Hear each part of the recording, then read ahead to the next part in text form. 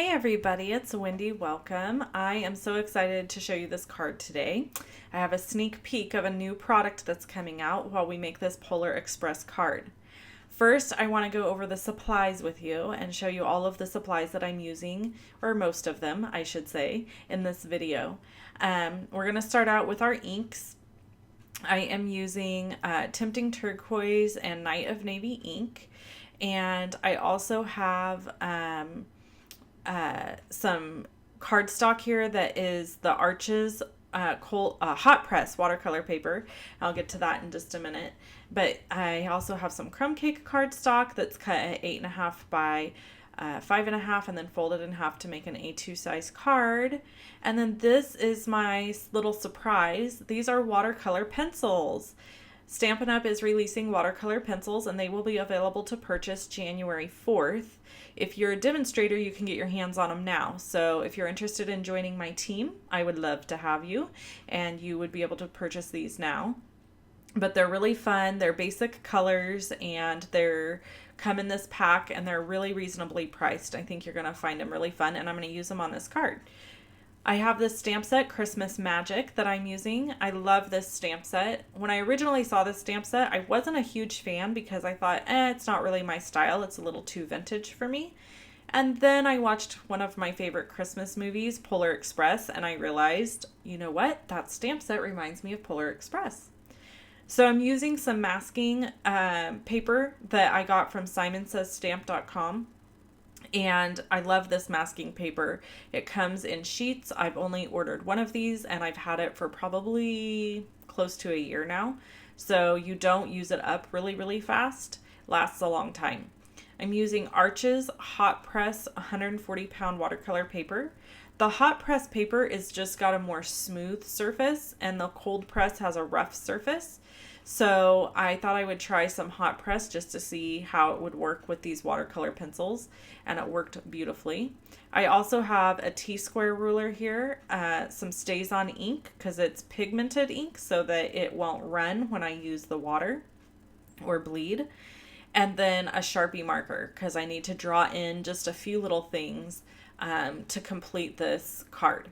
So I started out to make this card a Christmas card, and then as I was making it, I thought, you know what? I could make this a birthday card too, like a wintry birthday card for my nephew who turns 12 today, actually. He is turning 12 today, but we had his birthday party last weekend, and he is obsessed with trains. And when I say obsessed, I mean obsessed, super obsessed. He knows every single thing there is to know about trains, inside and out, upside down, sideways, backwards, and forwards.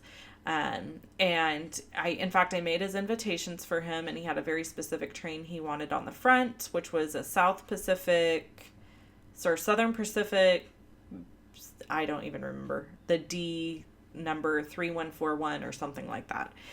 So you can see here I'm using masking paper to mask off the images that I've already stamped because I'm going to do some inking and I'm also going to do some drawing in of lines.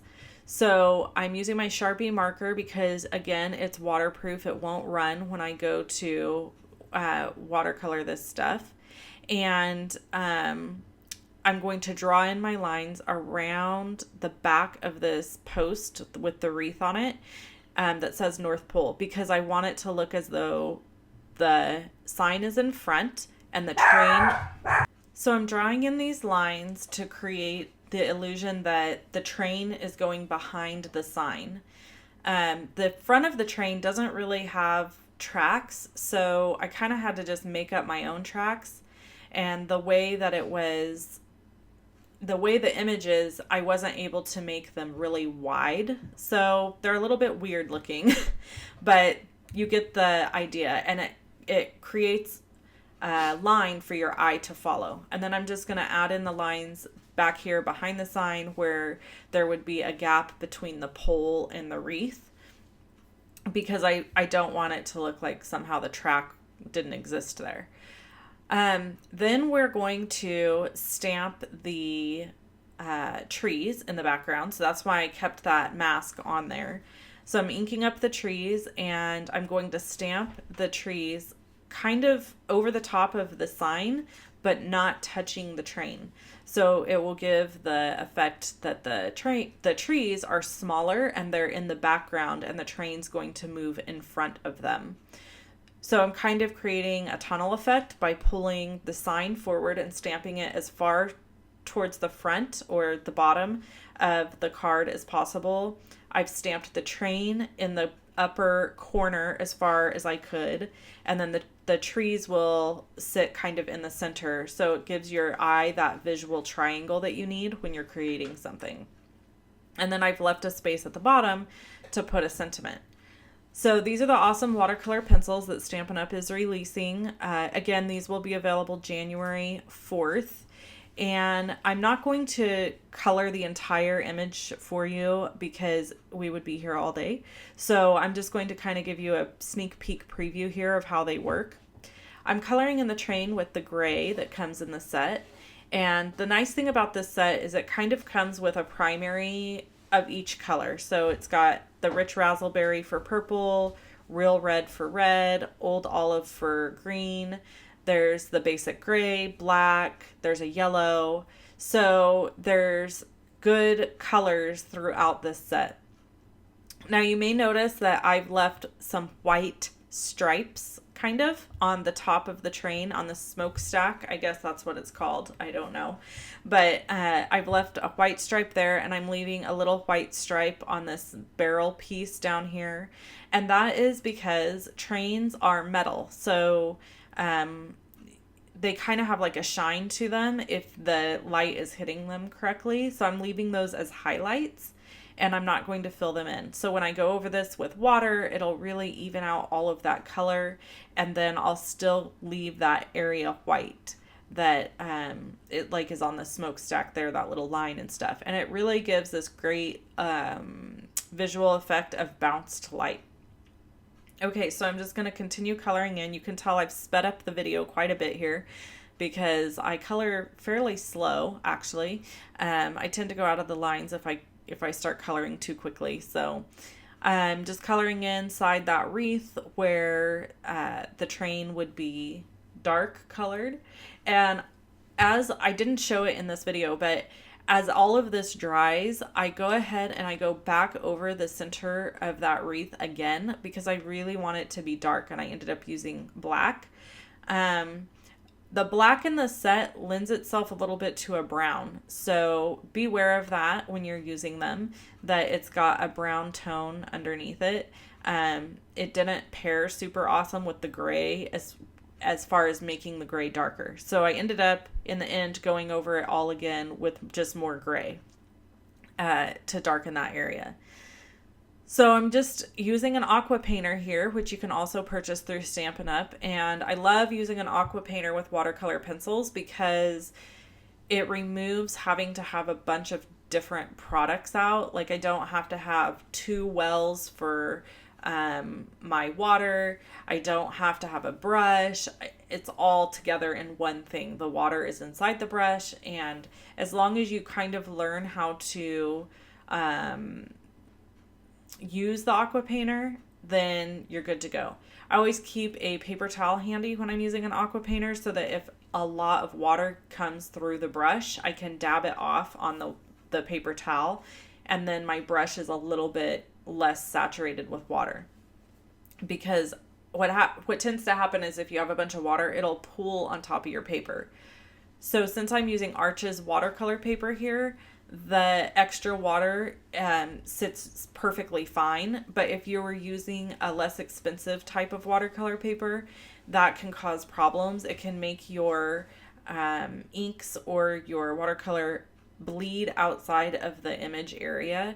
So you always want to use, I would always recommend using a little bit nicer watercolor paper, and that will prevent some of that bleeding. And it's really not that expensive. I mean, it's definitely more expensive than Canson or Strathmore, but it's not ridiculously expensive. Unless you watercolor every single day, then maybe it would get pricey for you. So I'm taking my Sharpie marker here and just adding a little bit of mounds of snow going out because these images stamped very small mounds of snow, and I wanted to pull them out to make them look a little bit bigger. This is my brown watercolor pencil that I'm using to go in on the trees. And I'm just going to go right over the top of them. And I'm not worrying about shading or highlighting those because they're in the background. The focus of this card really is the train. So that's what I'm focusing the most energy on. So you can see that I'm skipping around a lot to the different images. And the reason for that is because you need to let certain areas dry before you use your pencils on them and add more color. And you can see here, this is the finished product. So I ended up masking off the train and the sign and inking the background. And I didn't show you all that coloring. I hope you don't mind, but it's a lot of coloring. And so I just used Tempting Turquoise and Night of Navy to create kind of that wintry night sky. You could go in with a gel pen if you wanted to and add snow. I chose not to do that. And then there's that cool sign up front that says North Pole, which is really, really fun. Like the train is leaving from the North Pole with presents. So that's my card for today. I hope you guys enjoyed it. If you have any questions, leave them in the comments below. There's a link below the video with all of the supplies that I used over on my blog, so you can click that link to get there. If you want to see another video from me, you can click either one of these images that you see here, or click the little round circle that has my face in it to subscribe to my YouTube channel. I hope that you guys have a fantastic day and you're having a good holiday season. Bye-bye.